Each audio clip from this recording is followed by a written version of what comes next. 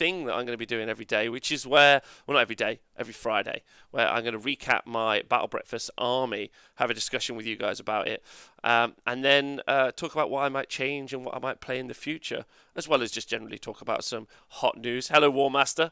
So thank you to everyone who's joined me live, whoever it might be. So yeah, big shout out to you, and also loads of love to everyone who's listening to the podcast, and thank you to everyone on the Honest Wargamer Patreon. Couldn't do it without you.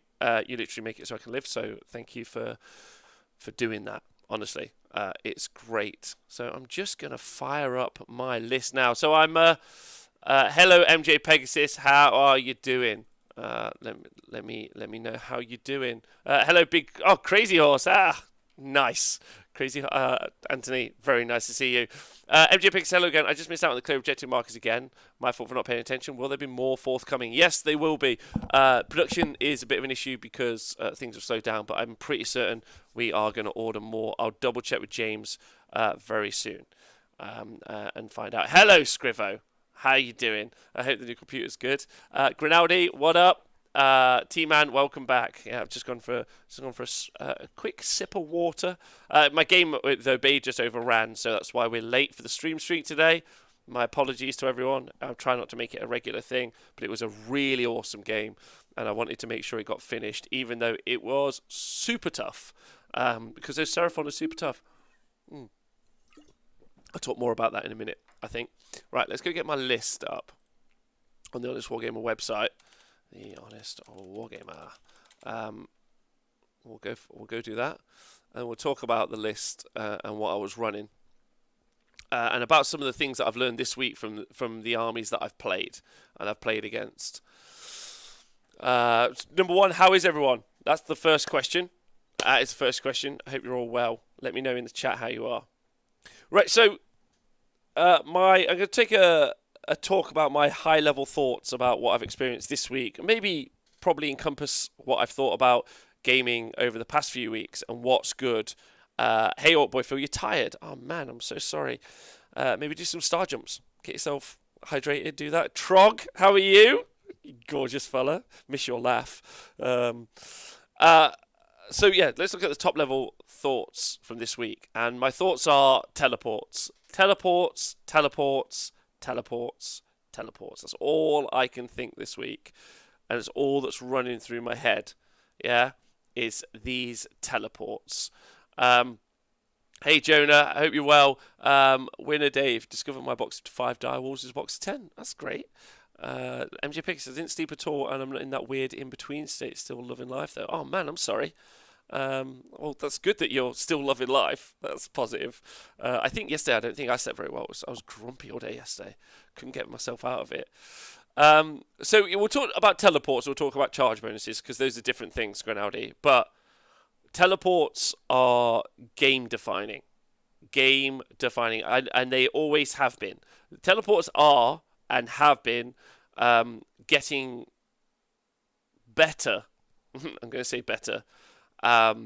Recently, because way back in the day when we had Vanguard Wing, we could teleport within 3 inches. You could use Banner Hammer guys; they could teleport within 3 inches. So there've been consistent ways to kind of egg on. We look at the Uruk Warclans book. We've obviously got ways to teleport, move, and then charge. So we've got a whole variety of teleports that we know of and that have always done really well. Let's talk about Eels and the ability to have +3 or +6 to charge. Gavriel Shoreheart, who's got the ability to add +3 to Stormcast charges. Always been a really major deal, those pluses to charge. But we'll talk about the teleports first, because I think that there's something that I would break down in the teleports. Let's talk about the question. Everyone agreeing with me teleports are strong? It's an obvious thing. I don't need to talk about it. What I'm going to try and talk about is how I'd like to deal with teleports. I need to know, how did you sort your ranks with your models at the beginning of the game? It's killing me. Oh, you just press the numbers 1, 2, 3, 4, 5. Fujin View. That's how you do it. 1, 2, 3, 4. You just like press. So click the unit on TTS and then press 1, 2, 3, 4, and you'll do that. So should teleporting have an increase to its casting value? So I don't like to talk about I don't want to wish list. I try very rarely to wish list. I try and think out what might be happening, but we'll talk about the actual what's happening. Teleports are available either through casting abilities or just because of an allegiance, yeah? Or you can start stuff off the board. So they already exist. They're there. The most unreliable version of them obviously is casting a spell, which if you go back and watch my game against Owen on Tuesday, you can see that teleporting, I was basically relying on a teleport effectively to support my army. And that let me down. And it's not the only reason I didn't win that game, but it's one of the reasons I didn't win that game. I would argue that there are too many teleports, and I wish that there weren't so many. But I feel like we're living in a world of haves and have-nots. And the real question to ask yourself is what to do if you are a have-not, or what can we do to mitigate it? And thinking about my game today, I mean, I had quite a lot of bodies on the board. I had 100 Marauders, and I had 2 lots of Ungor, which is another 20 models, and I had also the Harpies. The Furies. So that's another unit of 6. So I had a lot of control of the board space, but I still wasn't able to stop all of the teleporting. And it's because the units that I needed to the units I needed to engage with were also my units that were screening. And I wasn't spending a lot of points. 300 points for 40 Marauders is not very expensive. And there's lots of armies that could be like, well, I can't screen effectively at all, Rob. And I guess that's another problem, is you don't want to put so much stuff in your army that it's rubbish and is useless. But controlling that board space was so effective, or would be so effective to stop those teleports, that probably should be a way to go. But I don't really know. Grinaldi, I did have a screen, in that the screen were my my Ungor Raiders. So my Ungor Raiders did a great job at the start in stopping any teleports landing in the middle. Most specifically, the range. So I start on the 12-inch line, and I put the Marauders like on the 11-inch line, let's say, and the Ungor Raiders. First turn, I can just move them up 6 inches. So now there's 6 inches between my Marauders and my front line, which means they teleport away, which means there's 15 inches. Yeah, and that 15 inches means that I can't get shot by those salamanders on the first turn. And that's huge, because if that wasn't the case, I would have had to put something else on the front line, which would have been really weird, yeah, and then move up. I could have done it the other way around. So what I could have done is put Ungor Raiders at the front, Marauders, and then 2 blocks of 20 Marauders behind. But eventually, you can just teleport behind, right?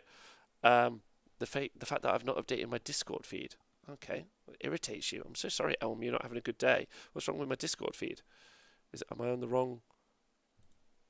No, I'm in the right place. Look, you can see. This is where I'm at. Bro. It's right here. We're all good. So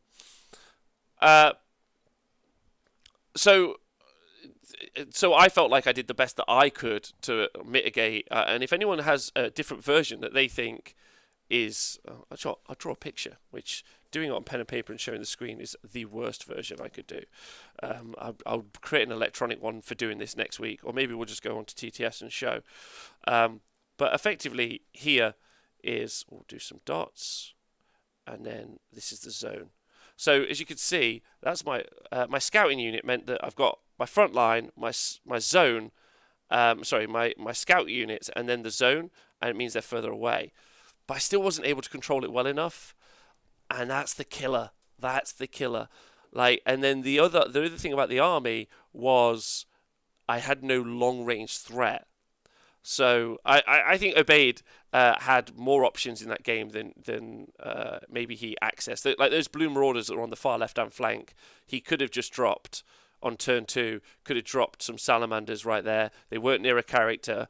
They weren't immune to battle shock, and he could have just blammoed them with shooting and then charged in, and he would have had that left hand flank much more comfortably than I'd have had. Whereas my game with Owen was really conservative with his teleports as well, not to get strung out. So it becomes an incredibly defensive game with those teleports. And I'm not sure what the answer is, if I'm honest. It's just something you need to be aware of. And Granaldi reckons that I need more screen. Potentially. You know. I'd be loath to drop any element of it, maybe other than drop the Dark Oath War Chief and then put another unit of Ungor Raiders in. Might be the thing. And also, Yeah, and how much can the Furies? I'd also drop the Furies as well. Again, looking to create some. I think I'd drop the Furies anyway. I think that's 100 points that was wasted in the list.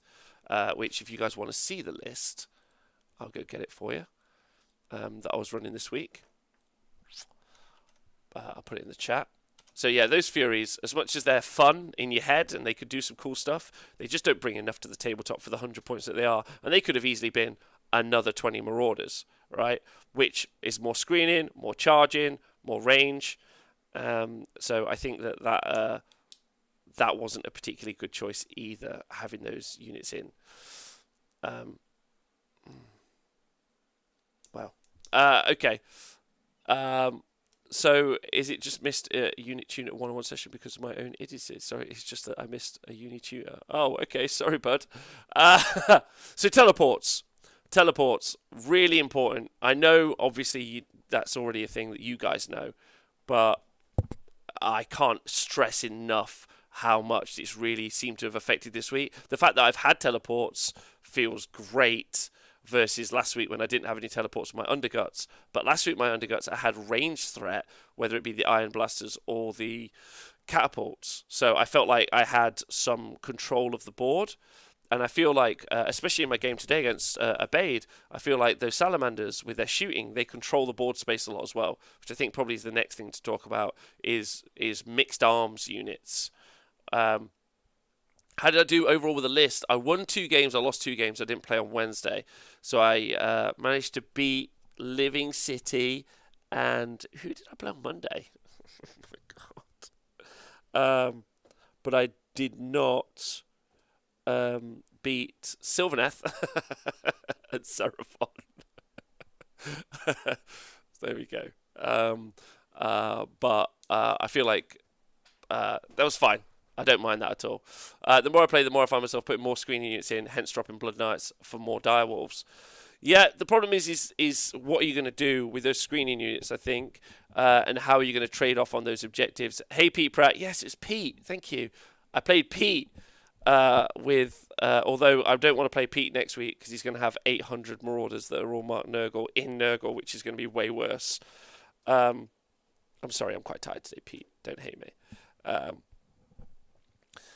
Living City wasn't too much of an issue, but again, great thing to talk about with the Living City, the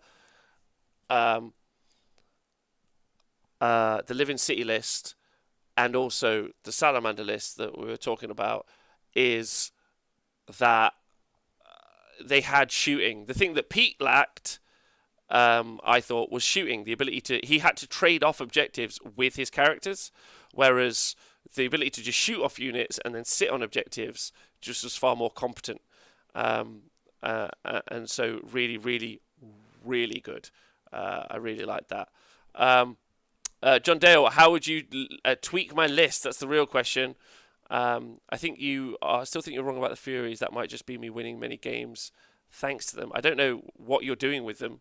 The Furies are like bodies only. They can charge and run, but they should be dead. Let's look at the profile for Furies because it's a good conversation to have about them. They've got 2 wounds each, and for 100 points you get 6 wounds. They've got 2 attacks each, 4s and 3s, rend 1 and 1 damage. So on average they'll do 2 wounds. If they don't have a good save, they might do 1 wound in combat, and they can run away. Now they are bravery 10, which is awesome.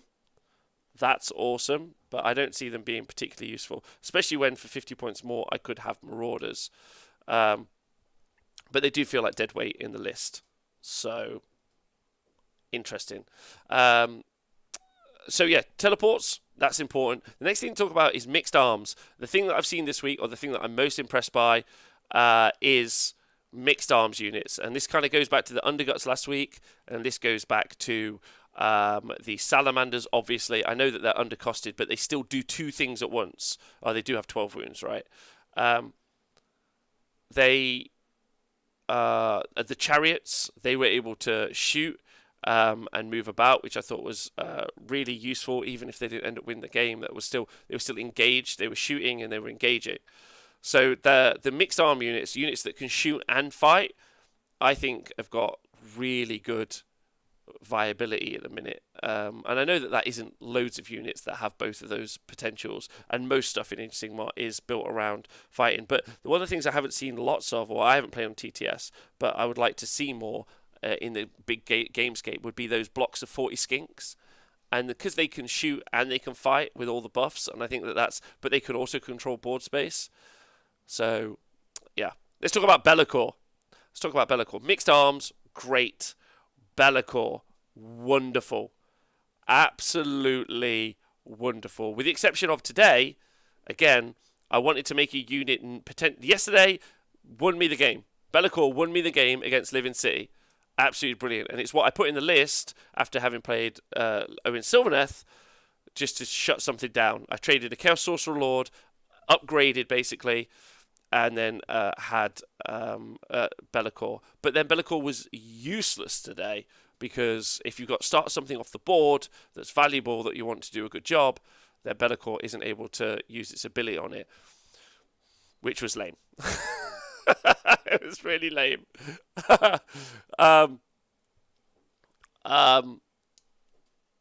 So yeah,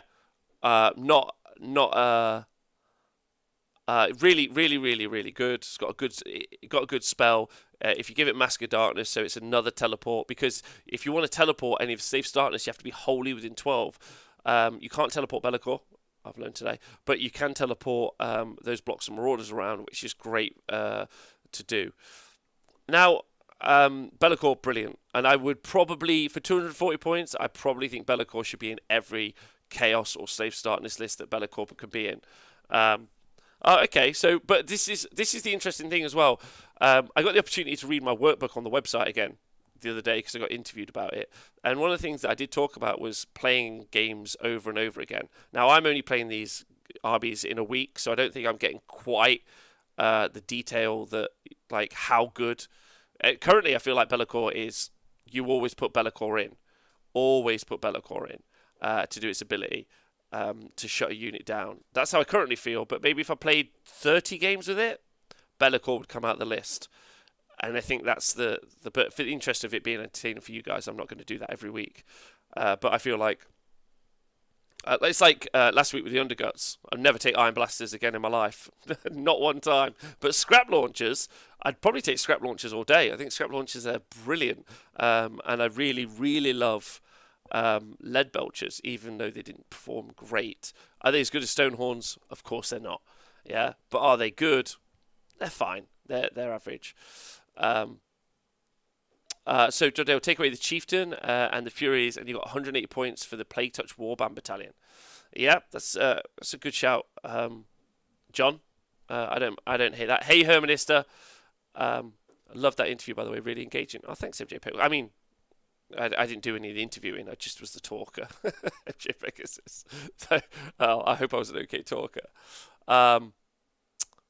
But the Ungor Raiders, I think, are super important in the list that we're talking about. Those scouting units are the most important thing that I could put in that list, because I have no ranged threat apart from a teleport, which is unreliable. And I guess maybe if we culminate everything down, what I'm saying is nowadays you have to have a ranged threat that's reliable.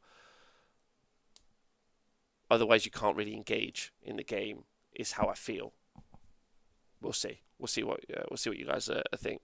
But I would say that they're super important, because if we look at my game against Batte today, if I didn't have the scouting units, he can just pop down a unit of Salamanders right in front of me, or that Dreadsaurian if he wanted to, but obviously that's not the smartest play.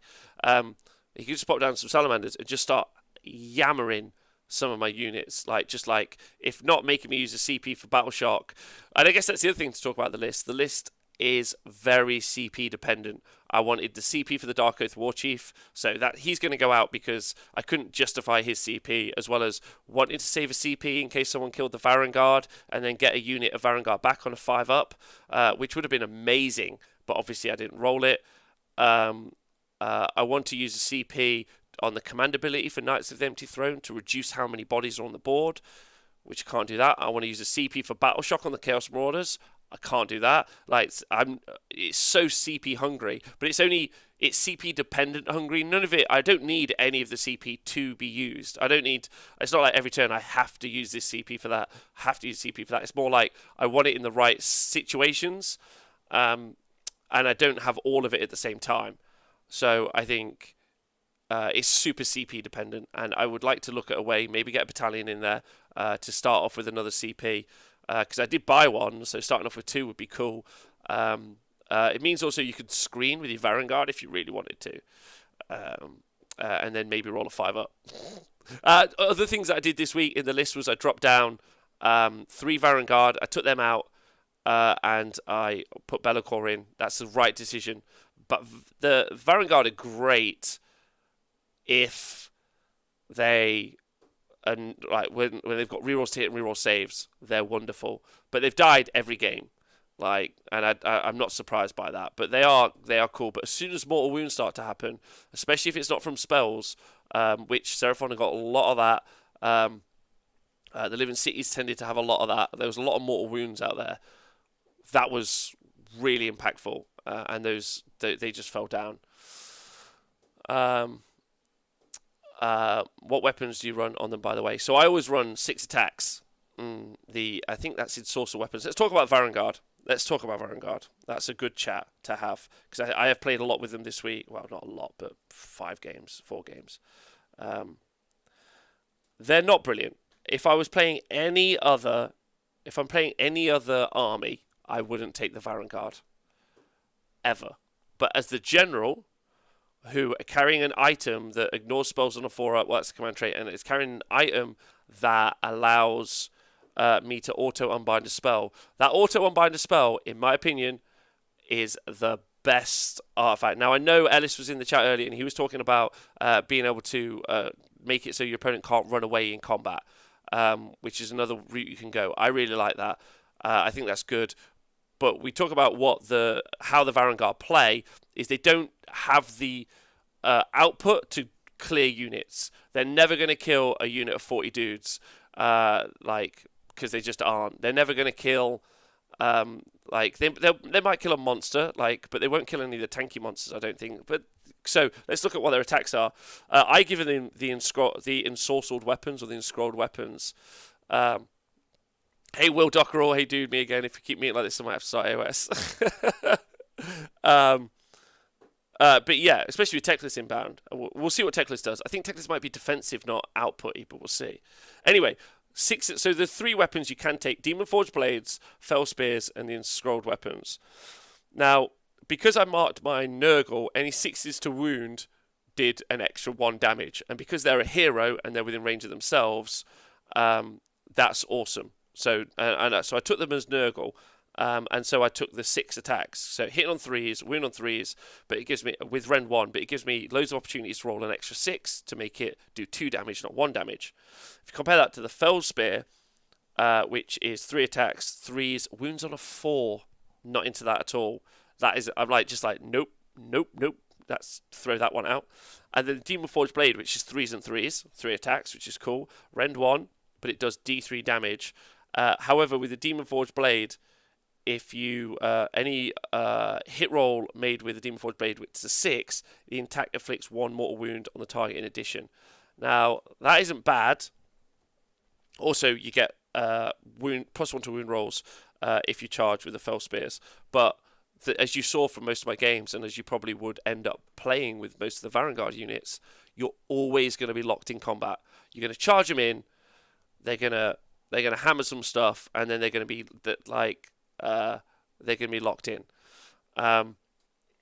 So it's all about those ensorcelled weapons, because it's 18 attacks on the main guys. Hitting on 3s, you could have it re-rolling. Wound on 3s, you could have it re-rolling.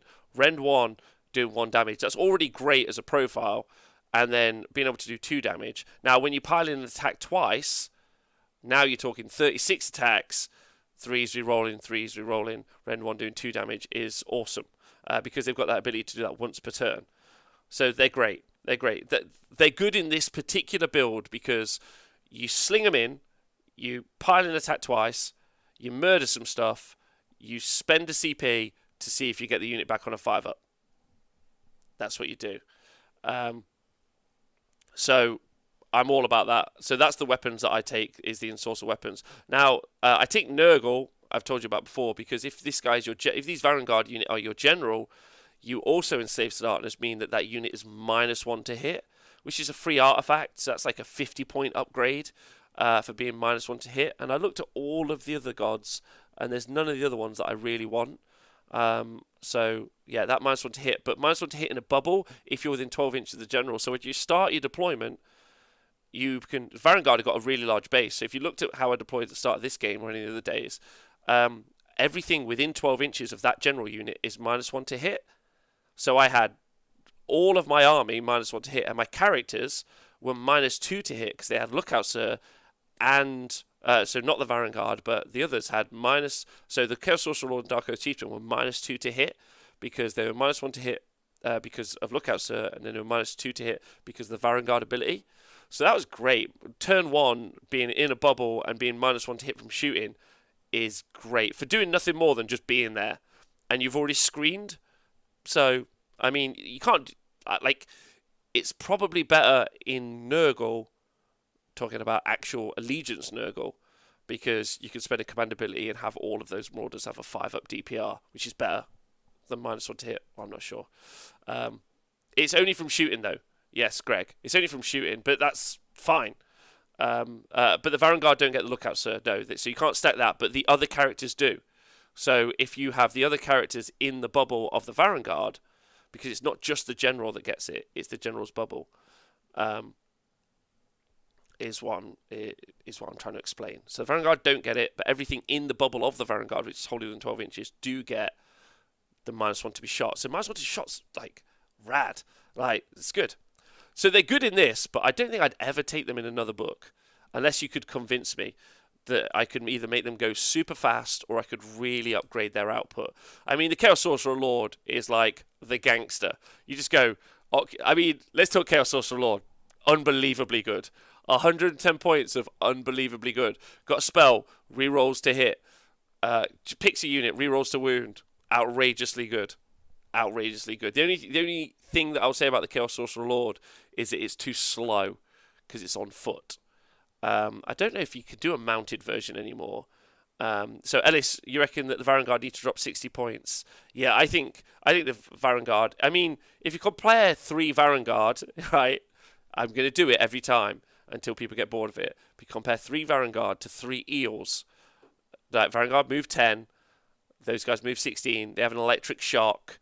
Like, I don't think it's comparable, or maybe they're comparable and they're the same, but that means Varangard need to get loads cheaper. But they're fun in this build. I wouldn't put them in another build.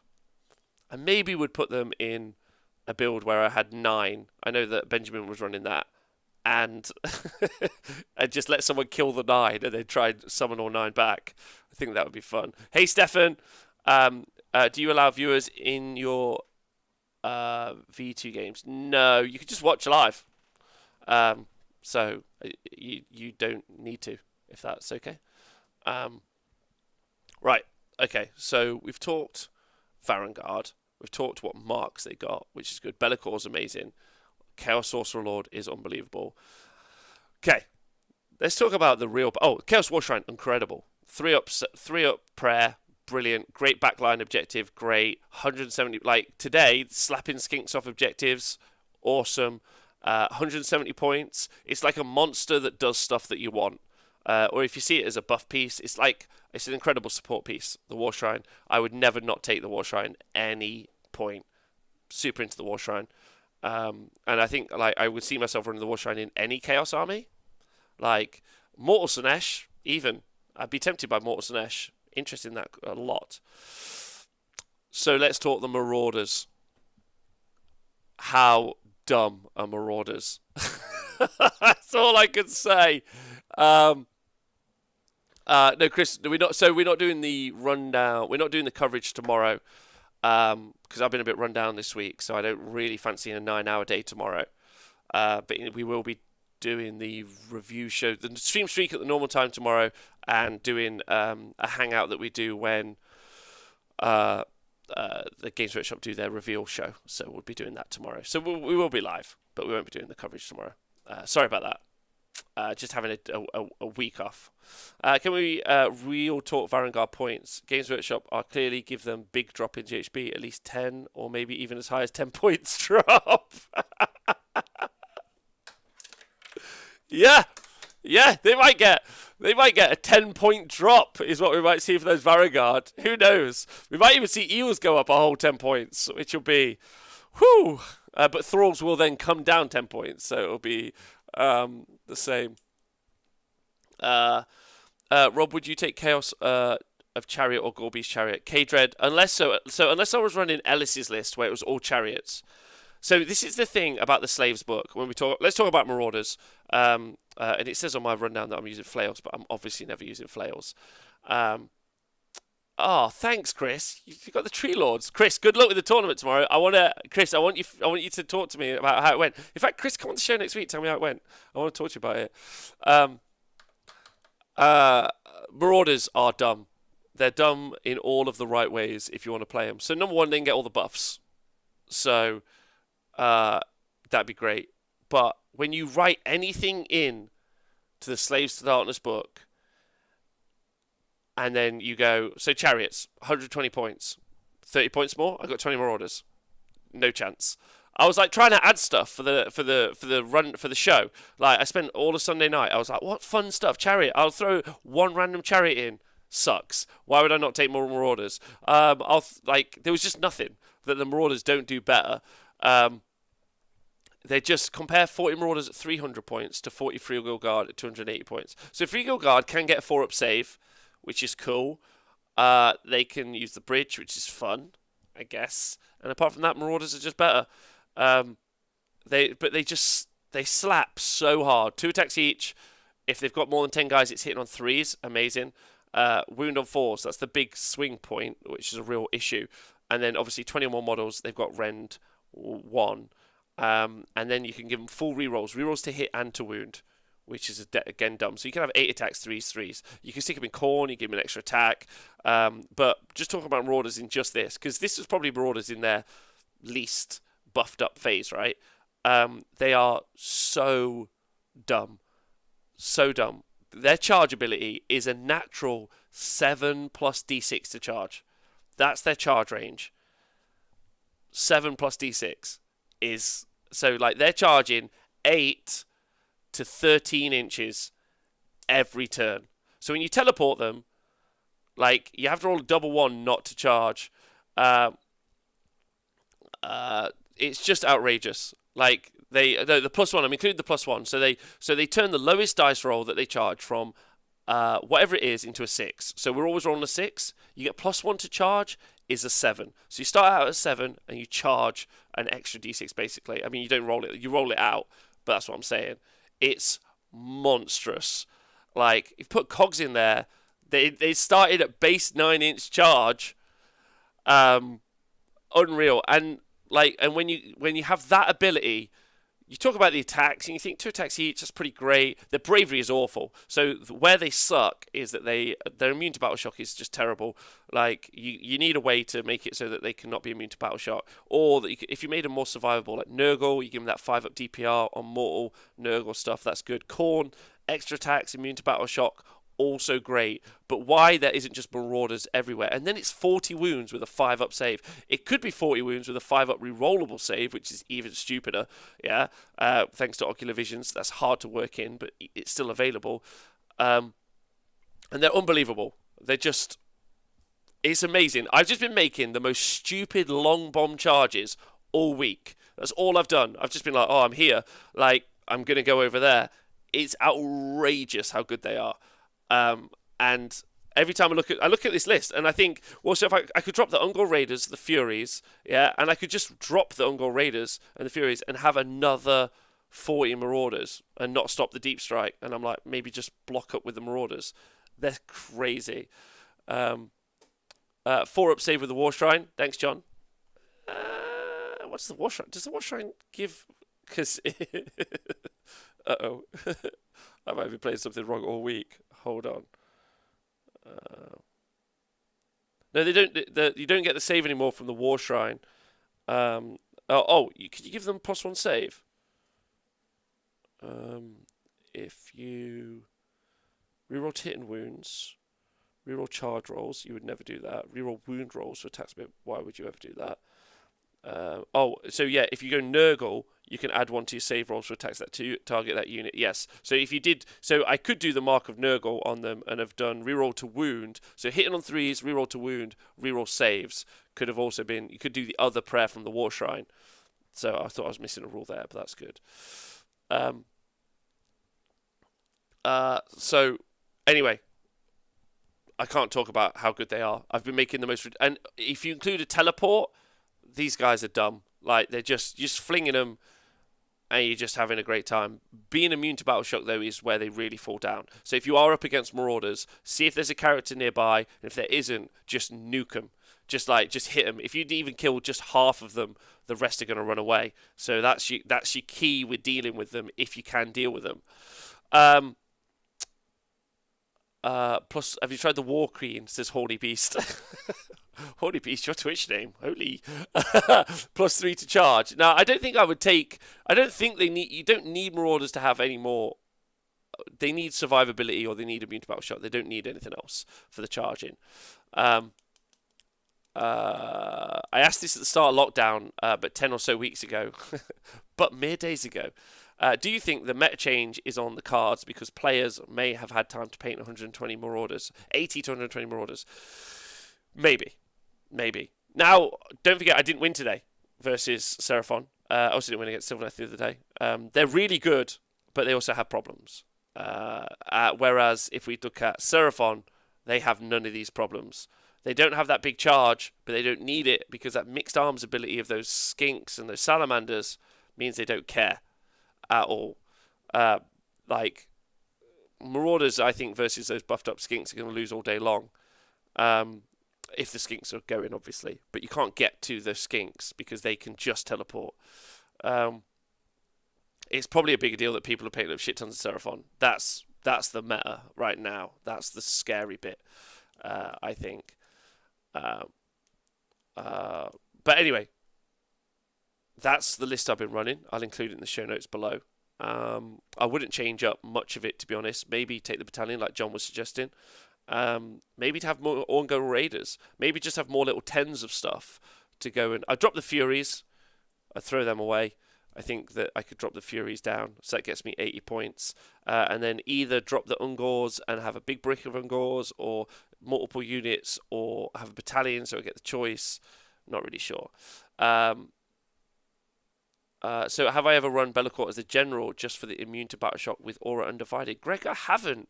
That's a good suggestion. Can I still, even if it's chaos undivided? No, I think if it's chaos undivided, I have to make all of the Marauders have the chaos undivided rule, right?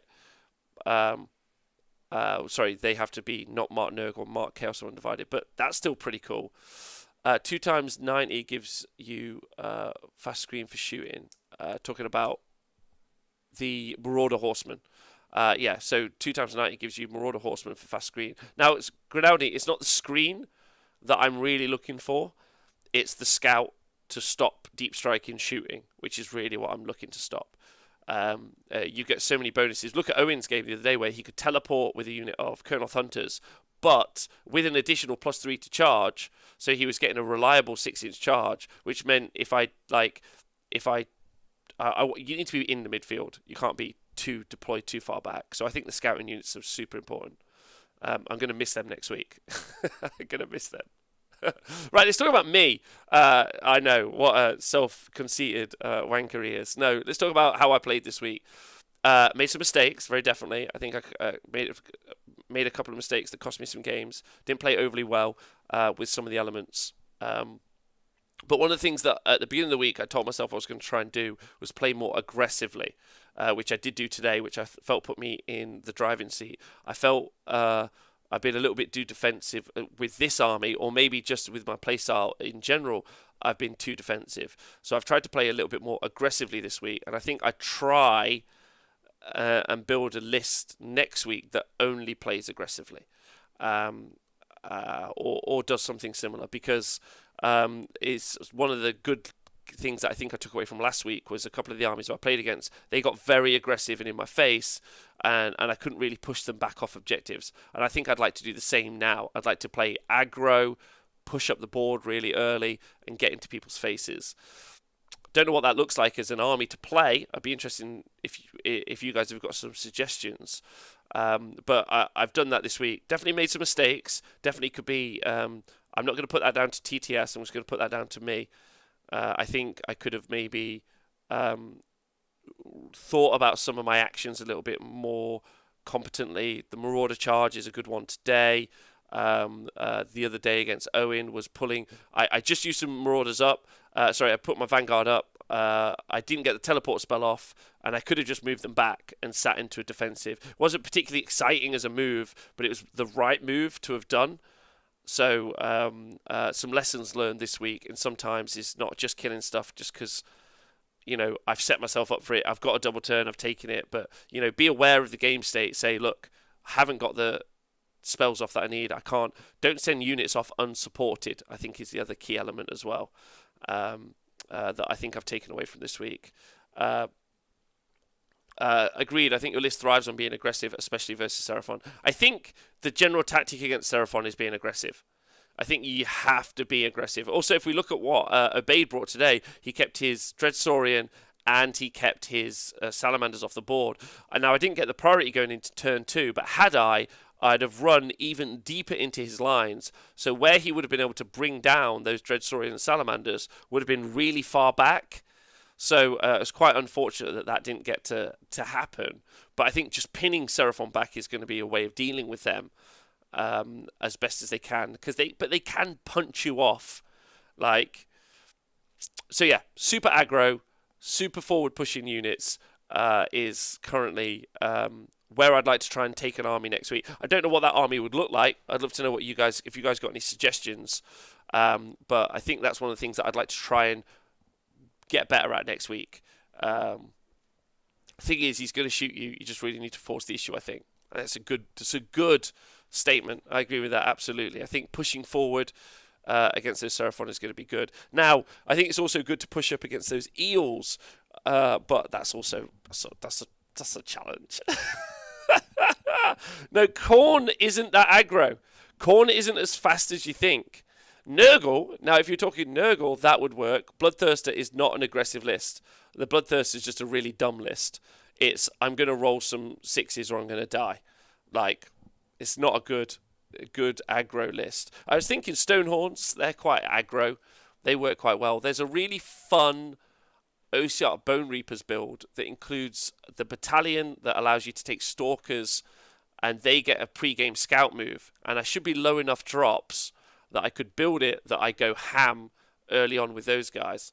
I was thinking about doing that. Tristan, that's a good suggestion. Aggro Hallow Heart could be a good one. I'd have to just apologise to all my opponents before we do it. But yeah, aggro Hallow Heart would be really, really good. Tempest Eye is good. Yeah. So if you guys don't know what aggro Hallow Heart is, it's where you basically take a bunch of shooters, you deploy them in midfield and you just gun stuff down. It's pretty awful. And your opponent probably has a terrible time against it. So it's either going to be death or something interesting, or it's going to be something really aggro that is just going to go in hard in the alpha, which I think would be interesting. Anvilgar Chariot list is one. My list this weekend can go full aggro, huge output potential. No, it can't. It's got Tree Lords in, Chris. You stop that. You can make one-drop Nurgle Diva list and swamp objectives turn 1. Okay. All right. 40 Flagellants through the bridge, says Wet Pallet Warrior. All right, these are all suggestions. I'll think about it. And if you are listening to the podcast, let me know, and we'll try and work it out together. Drop me some messages. I think it's see now Alpaca. That's a good suggestion. Scryer Acolytes is a good one.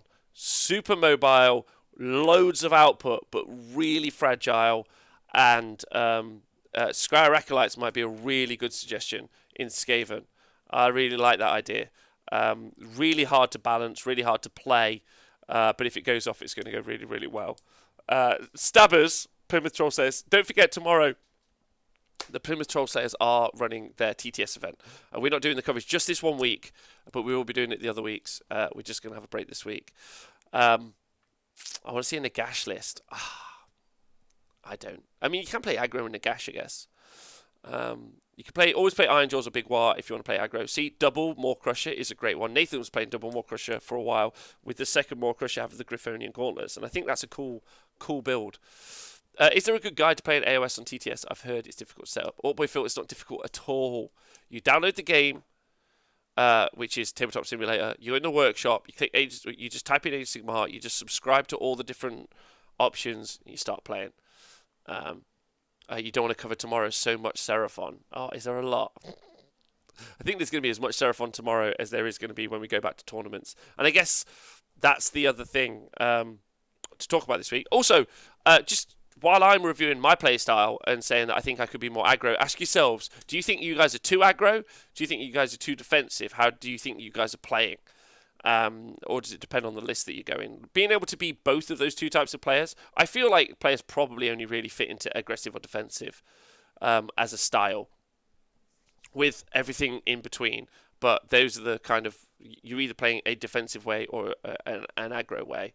It depends how drunk I am. Winner Dave, I am a very defensive player. Is anyone else also emotionally defensive? Because I feel like I am sometimes, and it's something I need to work on. I think I never play and need to try and get some TTS action. You should, Tristan. Yes, I'm way too aggro. I win or lose on turn 2. But Lee Bromley, I love that because you've almost taken out tournaments with that style. Yeah, it's gone really well. Trog, mediocre. I had to teach myself to play aggro, completely not my nature. Yeah, that's where I'm at, Dave, at the minute. I feel like I like controlling the board space.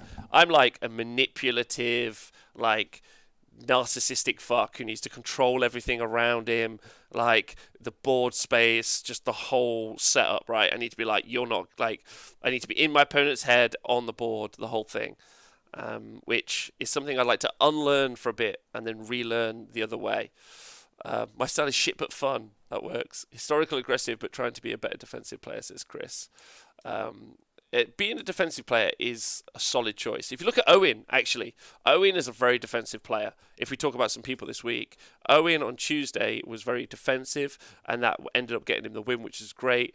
Whereas Hayden was really aggro on Thursday, which ended up costing him the game. Well, I think Bellacore cost him the game. But I think there's a lot to be said there for being able to watch those two games and see the differences, right? Stefan, I play Big War with one Crusher.